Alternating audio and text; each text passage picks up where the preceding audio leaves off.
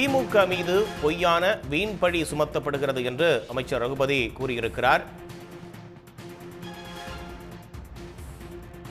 திமுக கொடியை காட்டி பொய்யான வீண் பழி சுமத்தி அதன் மூலம் அரசியல் செய்ய நினைத்தவர்களின் முகமூடி கிழிந்து தொங்குகிறது என்று அவர் குறிப்பிட்டிருக்கிறார். கூடுதல் விவரங்களோடு செய்தியாளர் கண்ணன் இணைப்பில் இருக்கீங்க. விவரங்கள். கிழக்கு கடற்கரை சாலையில் சில நாட்களுக்கு முன்பு அந்த பெண்கள் பயணித்த காரை இளைஞர்கள் ஒரு காரில் துரத்திய சம்பவம் ஒரு சில பரபரப்பை ஏற்படுத்தியது.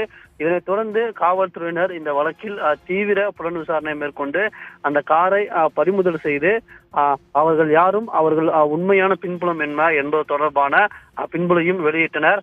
அதன்படி அந்த பெண்ணில் பயணித்த காரை வழிவித்த விவகாரத்தில் கைது செய்யப்பட்ட சந்துரு என்பவர் முக்கிய குற்றவாளியானவர். அதிமுக குடும்பத்தை சேர்ந்த அவர் சென்றவர் இருந்து அவரே வெளியிட்ட ஒரு வீடியோவானது இன்றைய தினம் சமூக வலைதளங்களில் வைரலானது.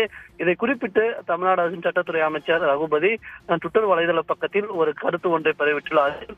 திமுக ஆட்சியின் நலத்திட்டங்களால் மகளிர் முன்னேறுவதை பொறுத்து கொள்ள முடியாத எதிர்க்கட்சிகள் பெண்களின் முன்னேற்றத்தை தடுக்கும் வகையில் திமுக அரசின் மீது பழி போட முயற்சிப்பதும் சில நாட்களே உண்மை தெரிய வந்து அந்த முயற்சி தோல்வி அடைவதும் வாடிக்கையாகிவிட்டது என்று தெரிவித்துள்ளார்.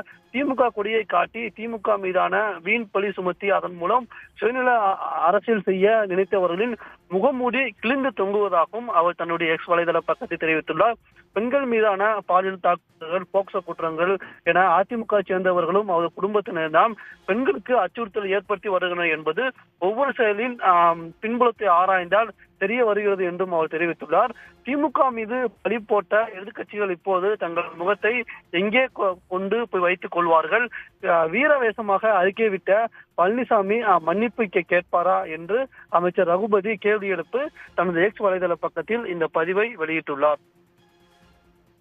உடனுக்குடன் செய்திகளை தெரிந்து கொள்ள சன் நியூஸ் பெல் ஐகானை கிளிக் பண்ணுங்க.